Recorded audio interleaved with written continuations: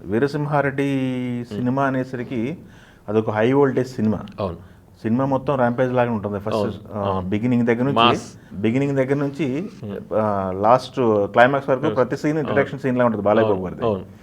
ఎలా ఉంది బాలయ్య బాబు గారితో వర్కింగ్ ఎక్స్పీరియన్స్ ఎలా ఉంది? మళ్ళీ గోపిచంద్ ఎలా చేయించారు?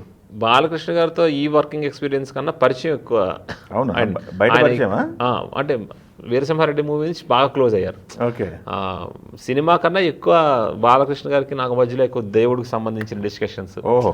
ఆయన బాగా భక్తులు కదా, సో ఎక్కువ దేవుడికి సంబంధించిన డిస్కషన్స్, పాలిటిక్స్. ఆయన టీడీపీ, మాది వేరే పార్టీ, అప్పట్లో వైఎస్ఆర్సీపీ కాబట్టి ఎక్కువ ఈ డిస్కషన్స్ అవి డిస్కస్ చేసేవాళ్ళ ఉండేవారు. కానీ హీస్ ఇప్పుడు నేను వైఎస్ఆర్సీపీ అని ఆయన టీడీపీ అని అది మనసులో పెట్టుకోవడం అట్లా ఉండదు. Very pure and very clear.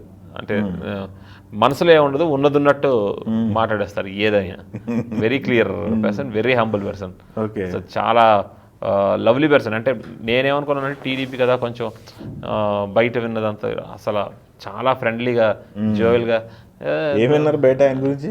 నువ్వు అంటే బాలకృష్ణ గారు కొంచెం కోపంగా ఉంటారు, జాగ్రత్తగా ఉండాలి. అందులోని నేను వేరే పార్టీ కదా, ఏమైనా ఇదా నేను ఫీల్ అయ్యాను. కానీ చాలా ఫ్రెండ్లీగా, అంటే పక్కన ఏదో క్లాస్మేట్తో మాట్లాడుతున్నట్టు ఉంటుంది. ఆ ఫీల్ని అది తెస్తారు. సార్ ఏంటి బాలా బాలా అని పిలు, నాది నీది ఒకే ఏజ్ కదా, కాల్ మీ బాలా అని అంటుంటారు.